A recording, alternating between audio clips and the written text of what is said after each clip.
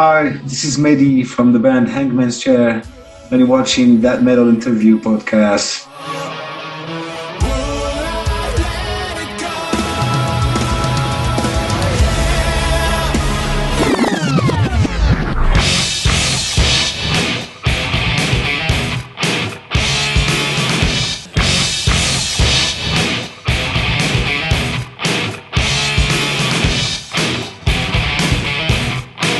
That Metal Interview. The seventh full-length release album, Sediction, dropped on February 14th by the French doom metal pioneers, Hangman's Chair. And we have on this episode drummer Mehdi from France to promote their newest production, Sediction. And he will talk about his beginnings, and he'll speak of how many drum sets he owns and how he travels with those drums. Does he carry drums? Does he just carry snare, bass pedals, accessories? So he'll answer all these musician questions for you guys. Let me present to you one of Hangman's Chair's newest songs and videos by the name of Kowloon Lights. Check it out.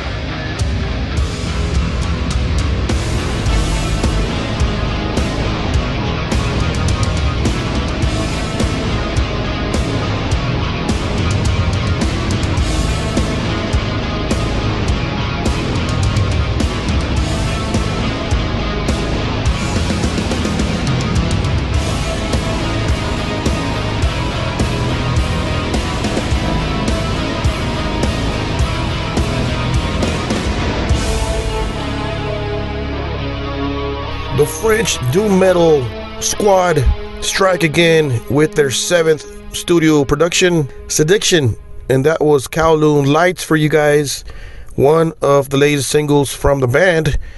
And Mehdi is here to speak of this record and a bit from the whole catalog of Hangman's Chair. So let's go straight into the interview and chat with Mehdi, drummer extraordinaire from France. Check it out. First question, where are you at? What part of the world? We are from France. The band is actually based in Paris. I don't live in Paris anymore, but yeah, the band we from Paris, yeah, France. Yeah. Have you ever gotten asked that question? Oh, that question? No, not like that. But yeah, we get used actually to talk about where we're from. Like it's also like somewhat like a big influence also in our music. So Paris has always been part of it, So yeah, sometimes it happens. Yeah, never like this. It's the first time. Yeah. So I had Julian on the show on the podcast a couple of years ago. Well, what's different now? Mehdi, what's different now 2 years, 3 years later? I mean, life goes on, so many things change. As I said, at first, I moved from Paris. I don't live in Paris anymore, so that was one of the most important thing in my life that I've done, since a long time. So, I'm going to my 45. I have a son, a 3 years old kid. So I decided to change. Definitely, the quality of my life. Actually, I had to move from Paris, for personal reasons, and I need to move on. And I decided to move from there, and that's probably one of the things, that like one of the most important thing, as a changing.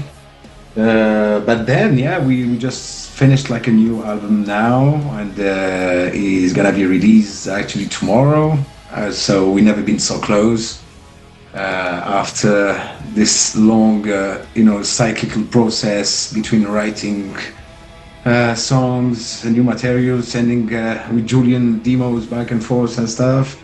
And then finally recorded that new album last August. And then having some rest and then see how it goes now. Yeah, waiting for that release is a really exciting moment. So can't wait for it actually. Yeah. We'll get to the album right now. We'll talk about that in a bit. First, I want to ask about your beginnings in the music business. When was the first time you heard a rock band, or what got you into rock metal? We started music with Julian. We were kids, so that was in the early 90s. I mean, like when we met, like in 91, 92, and we decided to play music, but properly, like to make shows, like straight away. Like so we straight away start to write songs, to make a band, because we started in our background. Actually, we started in hardcore punk music, so really influenced and fascinated by all that New York, Washington scene back in the days with the Cro-Mags, Bad Brains, Negative Approach, and so many more.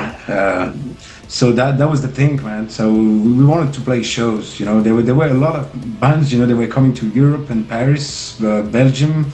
Brussels, actually not far from Paris. So we used to move from those cities, Brussels, Paris, to see shows. And with our band, we actually played shows straight away. And we were supporting those kind of bands, from Agnostic Front, Madball, Marauder, basically most of them, that New York scene. And then we were big fans of Life of Agony, all that Brooklyn scene precisely. And that's where we go now. That's where we started, man. That's where we started, basically. Wow, so that's those kind of bands were out there in France. Wow, very cool. Yeah, definitely. Yeah, they used to come over here, and then I had the chance to see a lot of them. But I'm really sad I never had the chance to see Type O Negative live. But Yeah, shit happens. Shit happens. Yeah, I was young also, so my mother could not leave me out, as much as I wanted. So, but yeah, basically that was the purpose, by making music with Julian. That was yeah, to play shows, and then we grow, and we're still together. Now I'm 45.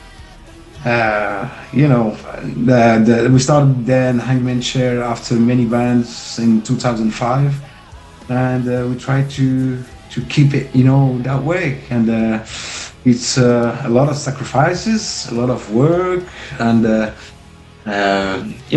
it's a very important choice, to keep it doing it, and. Basically now after 7 albums, maybe we started like to get known and to get like a kind of status with the band here, to tour a lot and to have an agent, people working and believing in what we do since the I think Bon Triste album is like the fifth album. And yeah, started to get things start to get like more important. So I'm yeah, very happy with it, man. Yeah, very happy with it. When you say more important, do you mean was there more fan interaction on social media or at the gigs or? Yeah, everything. I think is a combo of everything, man. Like you can see that there's people believing in what you do. So you have like an agent, you have like a management, you have people working for you. They believe in what you do, so that gives a lot of confidence. Also, to keep it that way and keep it doing what we do, and try to give the best of us and write songs in the to keep it. The thing that actually we learn, from that hardcore scene, maybe sincerity, integrity, and I hope that people can feel it, in our music. That's for me actually, and for Julian as well. The most important thing, in our music, and keeping do it. Um, so yeah, this is it, man. So yeah, I think that it took a while to that people, take us seriously in what we do, but this is how it goes. We just take album after album, we live, day by day, and just a lot of work and playing shows, tour, and try to be, as I said, the most sincere as possible. And I think that listeners feel it also, and they come to see us at the shows, and they can see that we cool people, and we play music. Yeah, that's it. Yeah. So you guys meet fans. You're fan friendly. In other words, you like to meet people, or do you hide? Do you go rest? Oh no. We not this kind of people. We still also keep it. Like we used to do it. In our background. Scene. Still see people. We go to the merch. As soon as we're done with the show, and then meet people, talk, and then share. The thing, and then we like it that way. That there's that moment. When you do that live performance. We not like big talkers on stage, not at all. Actually, even a hi or hello, we are blah blah blah. We never talk. We play for the first song to the last, and then it's good to share things with people. Afterwards, it's very important to keep it that way. Yeah, for me, I think meeting people is good. It's good. It's good. We're not those kind of people that will hide after the show or something. No. We cool people there. Of course. So, do you remember your very first drum set, Mehdi? Huh.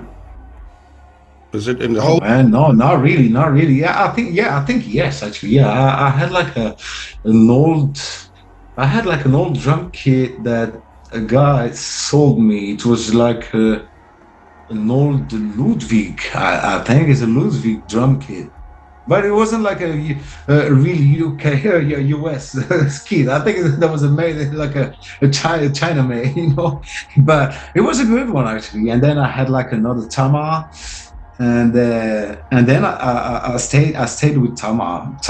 I like this brand. They make it good, a very good brand. From Japan, and I still have like a nice Tama now. Star Classic drum kit, but I think that the very first one was an old Ludwig Yeah. So how many drum sets do you own? How many do you own? How many drum sets? I think I had like 3 or 4, not much. I think that the last one, I still use it. I have it like since like more than 10. I think I don't remember exactly, but I had it for more than 10 years or 15 years maybe, and I still have it because I can do everything with it, like studio. I record with it. I feel comfortable with it. Is a very good partner.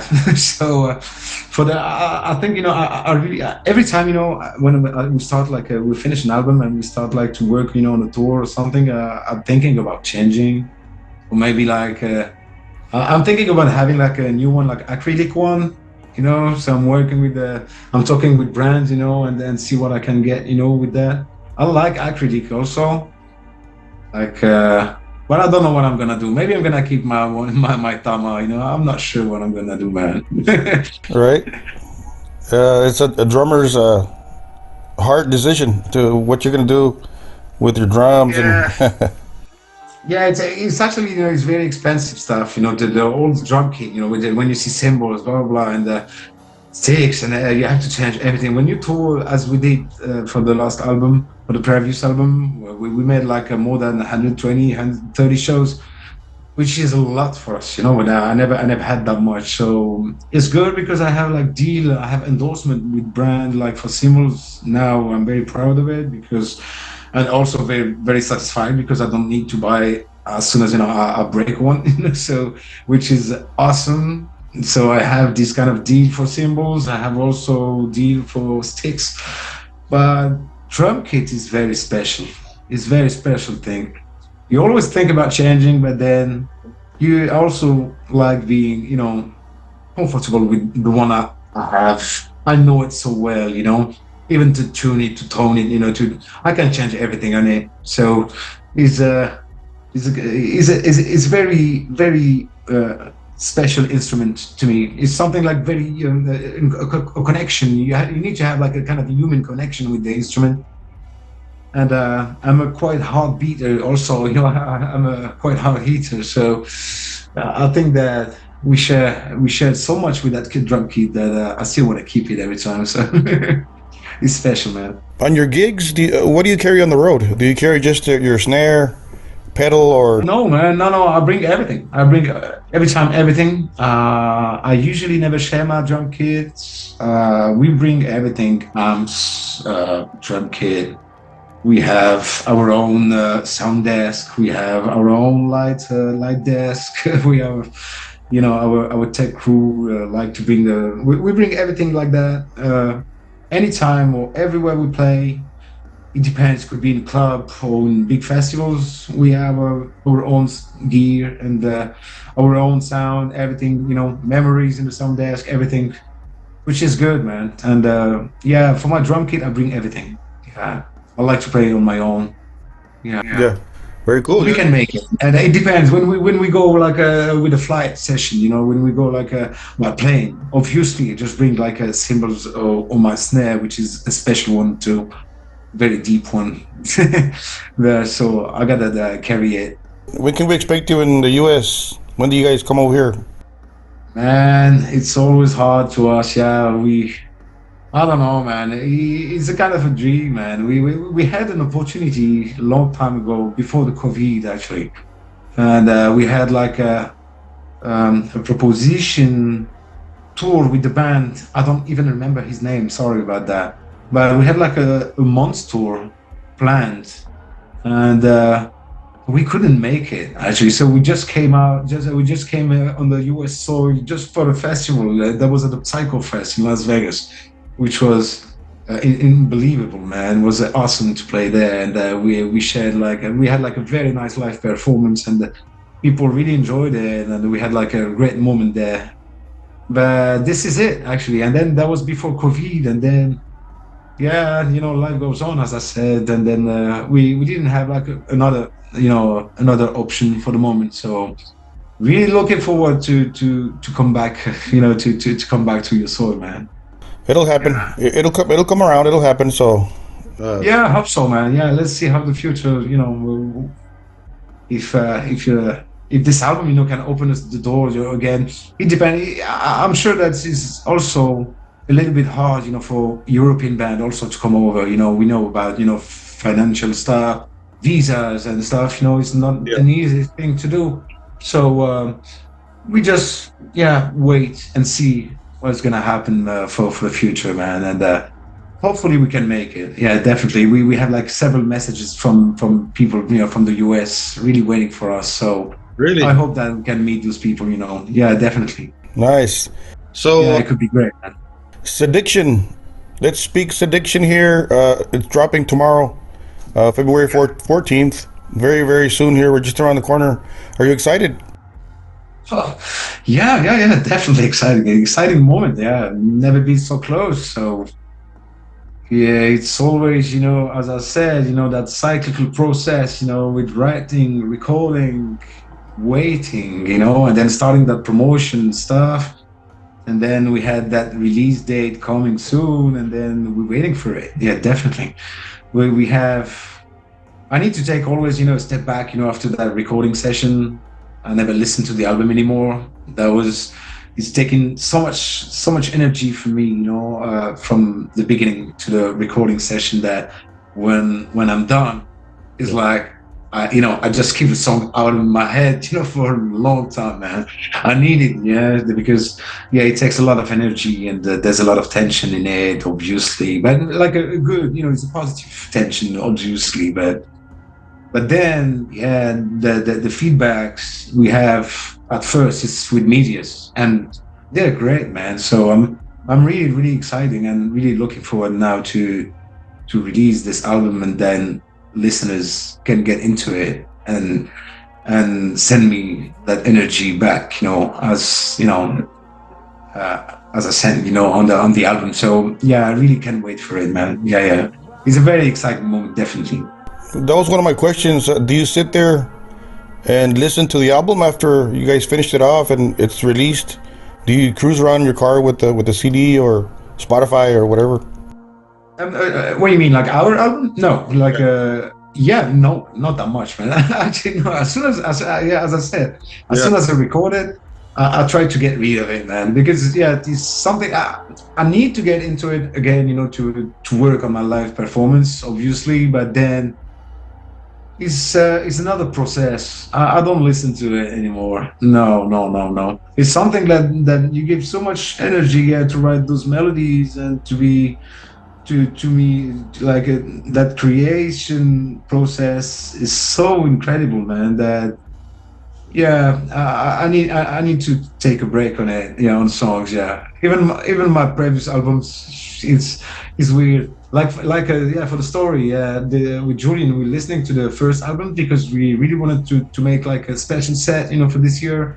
We wanted to play like really, really old songs from it. I mean, not all, no, we're not from the 80s, you see what I mean, like from the first albums, because we're gonna celebrate our 20 years birthday this year. So it's something I think important, to add maybe old songs, that to people who are gonna be there, on the live performance, and they following us since the beginning. So, and also good and great for us, to bring old songs to our new set here, and how we do the set with the set list. So is a nice exercise also.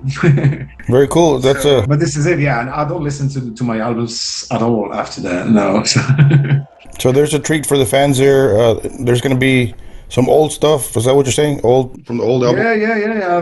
That's what we're trying to do. Yeah, I think it's always been hard for us when we release like an album. We work on the set list for the live session. And then our songs are quite long, and like during the sets, we have like usually like an hour 15 minutes, to make it like on a live set. It's always hard, like to put all songs as well, because we really want to play new songs, obviously, with the release, and there's always like a different atmospheres also between the albums. So it's sometimes like a little bit hard, to join and to build up something with the old album and the new ones. But then, yeah, for this year is special, so it could be like a special set. Yeah, we definitely want to do it. Yeah. How many new tracks are you guys playing? Oh, now we're just talking about it, and then I think we're gonna play like six new tracks, and maybe like two, three bangers we have, from the previous album, and then two, three tracks again from the earliest one. I don't know, man. See, it depends. It depends. On festivals, usually we have like 45 minutes, so you have to deal with that too. When we are performing like as a headliner, we have like an hour 15, an hour and a half, to express ourselves. So we have more times quite easily. But when you are on festival, is completely different process. So yeah, we try to build up something in harmony. That's it. Yeah, between all the new songs. How about the title, Mehdi? What's behind Seduction? Why that title? Yeah.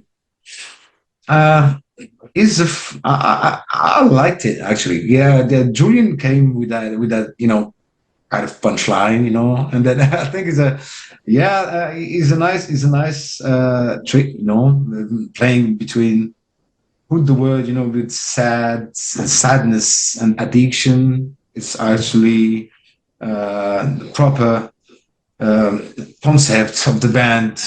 We play sad music. We also, talk about our addictions, and I mean that people, can see. They can see themselves, in the songs as well. So this is actually the topics, of the band, and that was funny, to make a trick, with those two words, and to combine them, with one word like addiction. Yeah, I liked it when Julian dropped that name. So it's funny because you can take like back and forth. Also, you can be sad with because of addiction you have in your life, but also you can be addicted with sadness. It's funny, I like it, and we like to play with words, and we love punchlines. We love, we also listen to a lot of hip hop and stuff. So I think there's something from that mood. So how would you describe your music? Would you say it's doom metal, or what would you call it? Wow, that's tough, man. I always had this conversation with medias, but I think that medias have their own, or medias, or even listeners. Actually, they can put us in the box they want. Actually, but it's quite hard to define, man. I think that we can have this. It's a combination between aggressive music, maybe that hardcore background. Maybe we can fit it a little bit, and then also that cold wave post-punk gothic stuff that we listen to a lot. Also, this combination, we didn't create anything, man. There's a lot of bands, they make it, those bands we talked about, like Life of Agony, Typo Negative, they combine those two genres together. And I think that's what we wanted to do. And it just with different influences we have, and how you want to create and spread my feelings is like this is a combine between dark and light, combined between something shine, like shadows, or it's always between that. Is a balance. This is how I like to write my music. I like to listen to my music, the music that way too. But it's hard. There's actually a media. It's a magazine. It's a French magazine for the previous album. He created like a word for us. He said, "Yeah, you play kind of cold doom." Yeah, combination with doom and cold wave. I liked it, so I like to say it that way. What do you think? I've never heard of cold doom. Yeah, me neither, man. Me neither. So I like it. Yeah, I like it. Well, cold doom, I found it nice. Yeah, it sounds interesting. Cold doom. Yeah. Yeah. It made sense actually when that magazine said that to us. they said, yeah, it's like a combination with cold wave and doomy stuff. I said, yeah, that works. We started the Hangman Chair. We used to play kind of a doom sludge music, heavy rock music. We explored a lot of stuff, but then album after album, we dropped also some chorus, reverb, and shoegaze influences and stuff, and some cold wave stuff. And then, yeah, after when Aloner has been released, uh, he probably got like more precise, into the sounds, and then that cold doom stuff. Yeah, I liked it. Yeah, yeah. It's really hard to define our music personally. I guess it's something. Yeah, but I like to hear, medias and stuff where they drop names like that. I like it.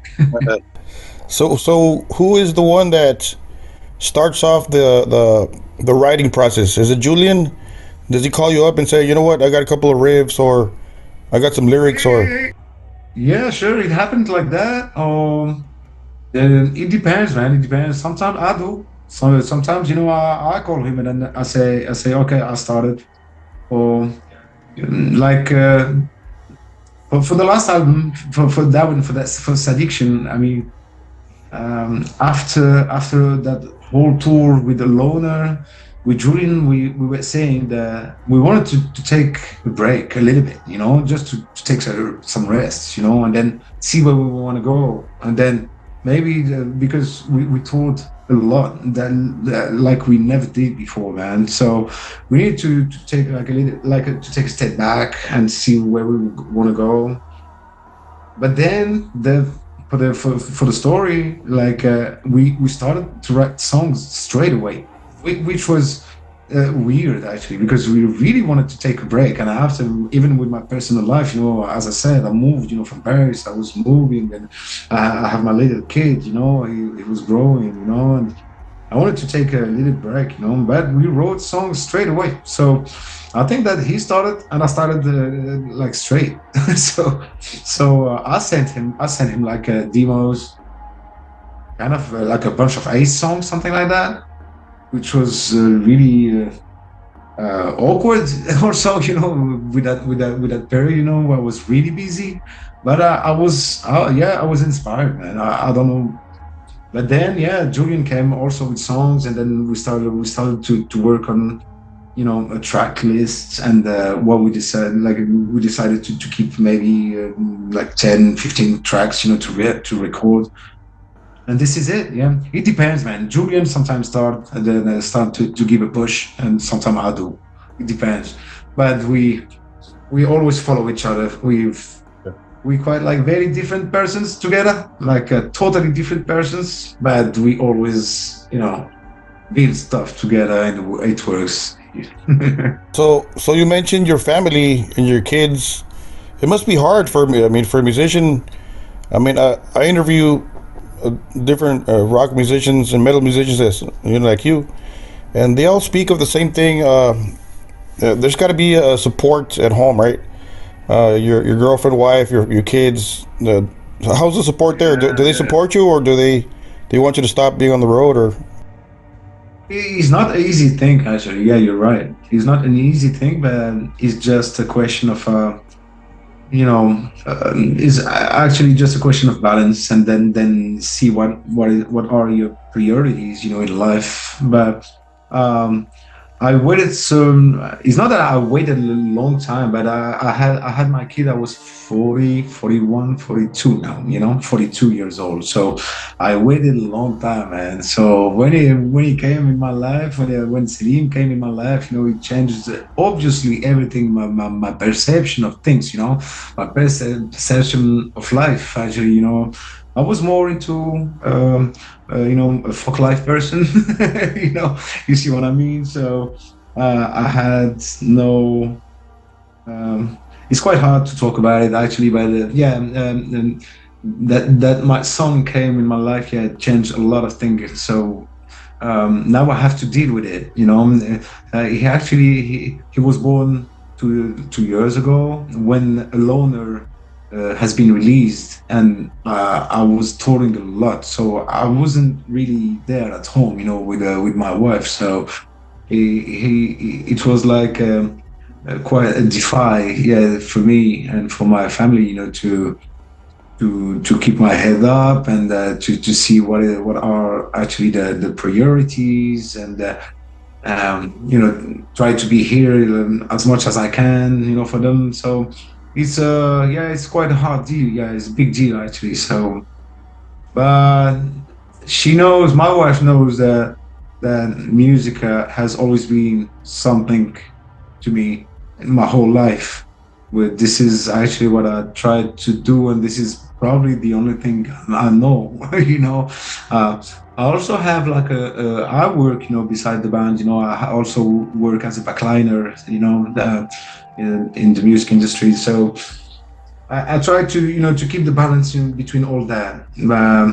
When I have those kind of years with nice, not success, but you see, like a very busy year with a lot of shows and stuff, she's happy for me. But I know that at home is quite hard to deal, alone, with a little kid. So it's that's why I said, I told you that with Julian, we were saying that we need to take maybe a little break, just a little break after all those shows that we had and all those great tours.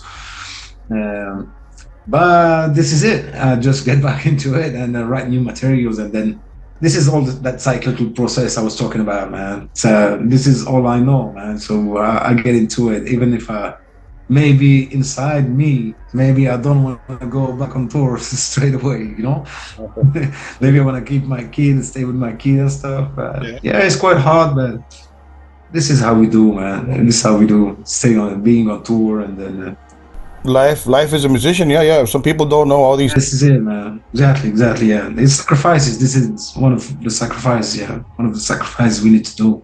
You have fans waiting for music. You have a record label waiting for music, and there's Exactly. that's part of Yeah, life. that's the thing. That's the thing. It's part of the musician life. It has to be also natural, not like if it started like to be like a kind of a job or something. I think that we're losing something somehow, for some reason. You see what I mean? Yeah. It's like if that cyclical process, you do it because there's label, because it's also the money, and stuff that I bring back home and stuff. When you start thinking like that, maybe you lose a little bit of essence of it, Yep. So yeah, it's also a balance to get, like, to keep in mind that it's obviously only music, but it's something pure. This is the only thing, I know. You bring me a lot also, it's a kind of, doing Hangman's Chair with Julian, is something that keep us alive, and then we can see each other again, we know each other like now for more than 30 years, and it's something, yeah. It's not easy. So give us an update on La Guerrilla. Is that a different band? Is that active, or is that done? Is that done for? Yeah, sure. That was our first band with Julian. Not the first, but the first band which we toured a lot. Quite a lot. We did in the hardcore scene. That was an old hardcore band we had with Julian. Yeah, that was just before Hangman's Chair. Oh. When we split up with La Guerilla, we stayed with Julian, and then there was my first guitar player. My first guitarist who was with us, and the bass player of La Guerilla started to sing in the first album. He was the singer in the first album of Hangman's Chair. So that's for the story. And then, he left, that singer left, and then we found Cédric for the second album, And then we kept that lineup together with Cédric and Clément, the bass player. Very cool. Before we let you go, Mehdi, would you like to send a message to your friends and fans listening to this interview, and any type of message? Yeah. Just to say a hi and shout out, to all the people that support us, since the beginning or now. They started to discover the band, and we really looking forward, to come over the US soil, to spread our music, and to share nice moments, with you people. So let's see how the future is, for us, and then see you very soon, I hope. Awesome. So, Sediction coming out tomorrow. So people pick it up, stream it, download it, order it. So thank you, Mehdi. Thank you for your time, and hopefully we'll see you in the U.S. For that moment, man. Thank you for interest, man. Awesome. We'll see you in the U.S. sometime soon. Thank you for your time. See you soon, brother. See you soon. So don't forget to pick up, order, and stream Hangman's Chair's newest 7th production, Sediction, Saddiction. And we thank Mehdi for his time. And speaking of his drumming career, should I say, and to shed some light on how Hangman's Chair works behind doors, see how they produce and arrange a song and so on and so forth. So very cool information for us fanatics, right? So thank you, Mehdi, one more time. Don't forget to subscribe to our YouTube channel, That Metal Interview, that THAT, That Metal Interview podcast. Follow us on social media at That Metal Interview. Be in tune as you will press the bell for all notifications. So be in tune for all uploads and all type of content that we will post in the future. So thank you for doing so. And if you haven't done so, go ahead and swing by, press the little bell for notifications. So thank you guys for subscribing, and thank you for following and liking all our content. So thank you on behalf of your friend James from the state of Texas, the musical state, as they all say, from the planet Earth. Don't forget to keep it metal.